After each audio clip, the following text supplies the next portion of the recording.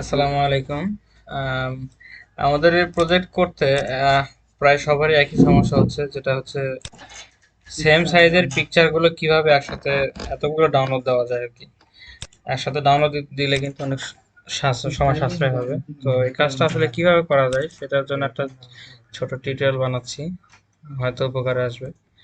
তো এর জন্য আমাদের প্রথমে একটা এক্সটেনশন লাগবে, সেটার নাম হচ্ছে ইমেজ ডাউনলোডার ফর ক্রোম। অবশ্যই এক্সটেনশনটা শুধুমাত্র ক্রোমে কাজ হবে।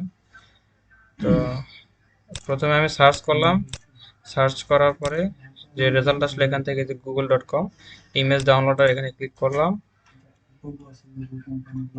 করার পরে এখানে যে দেখতে পাচ্ছি যে অ্যাড টু ক্রোমে এখানে ক্লিক করার পরে অ্যাড এক্সটেনশন এখানে ক্লিক করব, তাহলে এক্সটেনশনটা ক্রোমে অ্যাড হয়ে যাবে।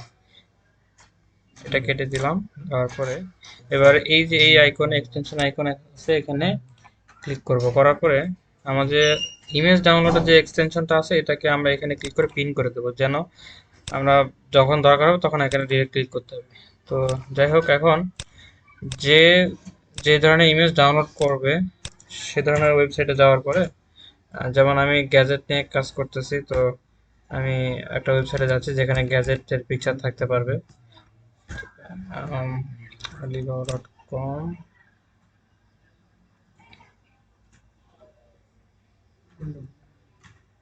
অর্থাৎ যে ওয়েবসাইট থেকে আমরা পিকচারগুলো ডাউনলোড করতে যাচ্ছি সেই ওয়েবসাইটে ঢুকতে হবে আগে।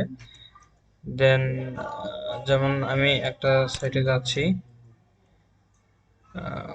এখানে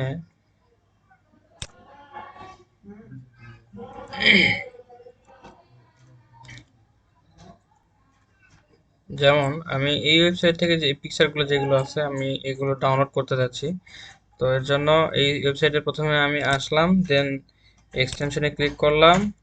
দেন এখান থেকে আমরা হাইট উইডথ এটা সিলেক্ট করে দিতে পারি, যে যেহেতু আমরা সেম সাইজের পিকচার ডাউনলোড করতে যাচ্ছি। তো এখানে দুইটা টিক করে দিলাম, এই পাশে এই দুইটা টিক করে দেওয়ার পরে আমরা এখান থেকে হাইট উইডথ অর্থাৎ পিকজেলটা আমরা সেট করে দিতে পারি, সেম পিকজেল। যেমন আমি 1300 বা 1500 1630 দিতে পারি, বা 2000 দিতে পারি। যেমন 2040 দিলাম পিকজেল, 2040 আমি এই পাশে 2040, এই পাশে 2040 দিলাম। দেন এখানে ফিল্টার হচ্ছে, অর্থাৎ 2040 পিক্সেলের মধ্যে যতগুলো পিকচার আছে সবগুলো এখানে এসে শো হবে। তো আমাদের যেটা যেটা দরকার, যেমন আমি এই পিকচারটা ডাউনলোড করতে চাচ্ছি, তো এখানে এখানে ক্লিক করব। তারপর মার্ক করার পরে এভাবে যে যতগুলো পিকচার ডাউনলোড করতে চাচ্ছি সেগুলোতে টিক করব।